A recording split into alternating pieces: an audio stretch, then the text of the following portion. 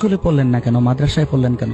স্কুলের শিক্ষা তো এত বড় শিক্ষা না। আম্মু বলছে যে মাদ্রাসায় পড়ো, মাদ্রাসায় পড়লে একদিন বড় হবা। মূলত কারণ হলো আল্লাহকে খুশি করার জন্য মাদ্রাসায় পড়তেছি।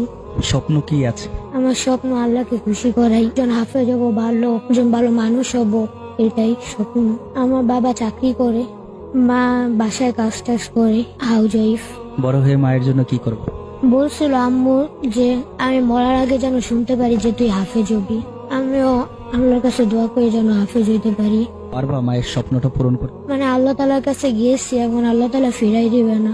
অনেক কুরবানি করতেছি, এখন আল্লাহ তালা দিবে ইনশাল্লাহ। প্রত্যেকটি নামাজের মোনাজাতে কোন মানুষটার জন্য দোয়া করে? সবার জন্য দোয়া করি, আব্বু আম্মু দাদি নানি। বড় হয়ে মায়ের জন্য কি করে?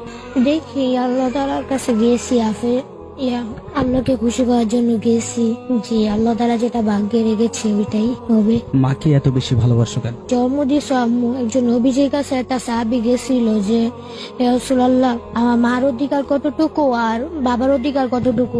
প্রথমবার জিজ্ঞেস করছে, প্রথমে আমাদের নবী মুহাম্মদ সাল্লাল্লাহু আলাইহি ওয়াসাল্লাম বলছিল মা, দ্বিতীয়বার আবার জিজ্ঞেস করছে তখনও বলছিল মা, তৃতীয়বার আবার জিজ্ঞেস করছে তখনও মা বলছে, চতুর্থবার জিজ্ঞেস করার পরে তিনি বাবার কথা বলছে।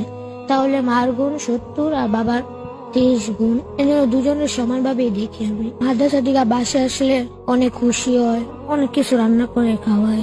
আল্লাহ তাআলার উপরে এত কনফিডেন্স কেন তোমার? আমাদের সৃষ্টি করছে আল্লাহ তাআলাই, পুরা দুনিয়া সৃষ্টি করছে আল্লাহ তাআলা, উপরেই অনেক